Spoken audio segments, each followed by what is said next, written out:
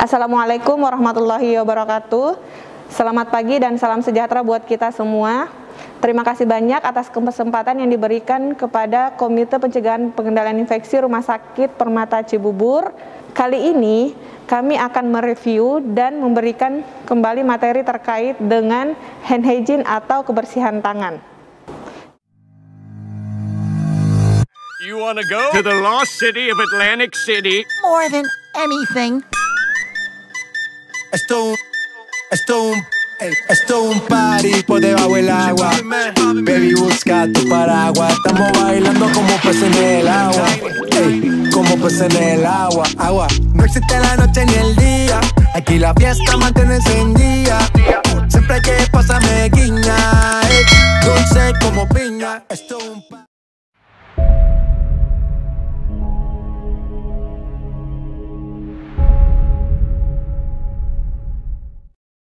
Kita ketahui bahwa HAIS atau Healthcare Associated Infection atau bisa disebut dengan infeksi nosokomial dapat menjadi masalah di fasilitas pelayanan kesehatan di seluruh dunia, di mana bahwa masalah tersebut bisa meningkatkan loss, biaya, kerugian rumah sakit, kecacatan, kematian, dan bahkan bisa terjadi tuntutan hukum dan citra rumah sakit bisa menurun. Dapat dicegah dengan cara melakukan hand hygiene atau kebersihan tangan dengan benar dan tepat. Di mana kita ketahui bahwa sumber kuman itu ada di tangan kita.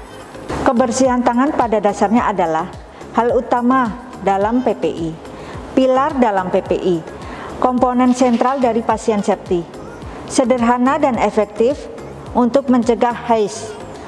Selanjutnya, menciptakan lingkungan yang aman, pelayanan kesehatan yang aman, bagian dari kewaspadaan standar. Sebenarnya apa sih tujuan untuk mencuci tangan? Yang pertama, untuk memutuskan transmisi mikroorganisme melalui tangan. Yang kedua, untuk mencegah koloni patogen pada pasien, termasuk yang multiresisten. Mencegah penyebaran patogen ke area perawatan. Selanjutnya, mencegah infeksi yang disebabkan oleh kuman endogen. Yang terakhir, mencegah koloni dan infeksi oleh petugas kesehatan. Pengertian hand hygiene atau kebersihan tangan adalah tindakan membersihkan tangan dengan tepat dan benar yang dapat dilakukan dengan dua cara. Yang pertama, melakukan hand rub dengan cairan-cairan berbasis alkohol, dilakukan bila tangan tidak tampak kotor. Yang kedua, mencuci tangan dengan sabun dan air atau hand wash bila tampak atau terasa kotor, terkontaminasi dengan darah maupun cairan tubuh, dan bila berpotensi membentuk spora kuman.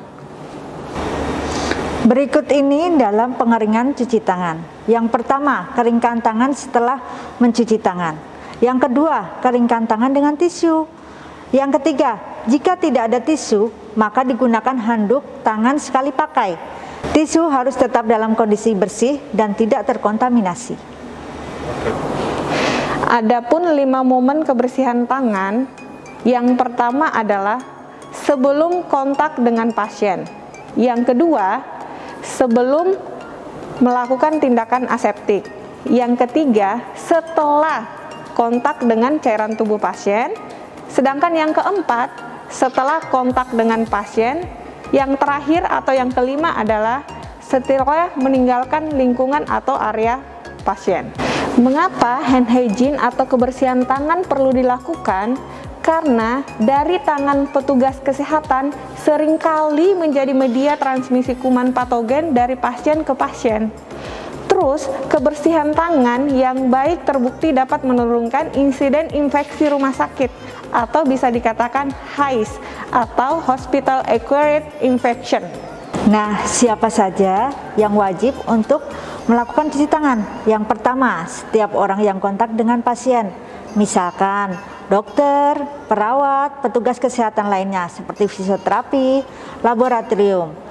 Yang kedua, setiap orang yang kontak dengan pasien meskipun tidak langsung seperti ahli gizi, farmasi, atau petugas teknisi.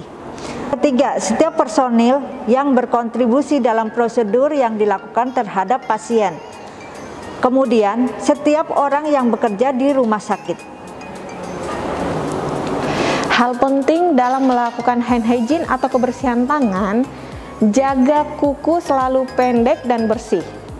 Terus, jangan memakai perhiasan, kuku palsu, dan kutek. Bagi tenaga kesehatan, jangan mencuci sarung tangan saat menggunakan di antara pasien. Selanjutnya, pilih sabun antiseptik yang bersifat rendah iritatif. Terus, setelah melakukan kebersihan tangan, tidak menyentuh permukaan lingkungan sebelum melakukan tindakan. Maksudnya, setelah kita mencuci tangan dengan benar dan tepat, kita tidak boleh menyentuh permukaan lingkungan yang ada di sekitar kita sebelum kita ke pasien untuk melakukan tindakan tersebut. Mencuci tangan ada dua. Yang pertama, hand wash, waktunya 40-60 detik. Yang kedua, hand rub, waktunya 20-30 detik. Hari ini kita akan mempraktekkan cara mencuci tangan dengan hand rub. Cukup diingat dengan istilah tepung selaci puput. Yang pertama, telapak tangan. Gosok kedua telapak tangan sebanyak 4 kali. 2. Punggung tangan. Gosok punggung dan sela-sela jari sisi luar tangan kiri dan sebaliknya sebanyak 4 kali. 3. Sela-sela jari. Gosok telapak tangan dan sela-sela jari sisi dalam sebanyak 4 kali. 4. Kunci. Jari-jari sisi dalam dari kedua tangan saling mengunci sebanyak 4 kali. 5. Putar. Gosok ibu jari tangan kiri dan berputar dalam genggaman tangan kanan dan lakukan sebaliknya sebanyak 4 kali. 6. Putar selanjutnya. Rapatkan ujung jari tangan dan gosokkan pada telapak tangan kiri dengan cara memutar-mutar terbalik arah jarum jam. Lakukan ada ujung jari tangan sebaliknya sebanyak 4 kali.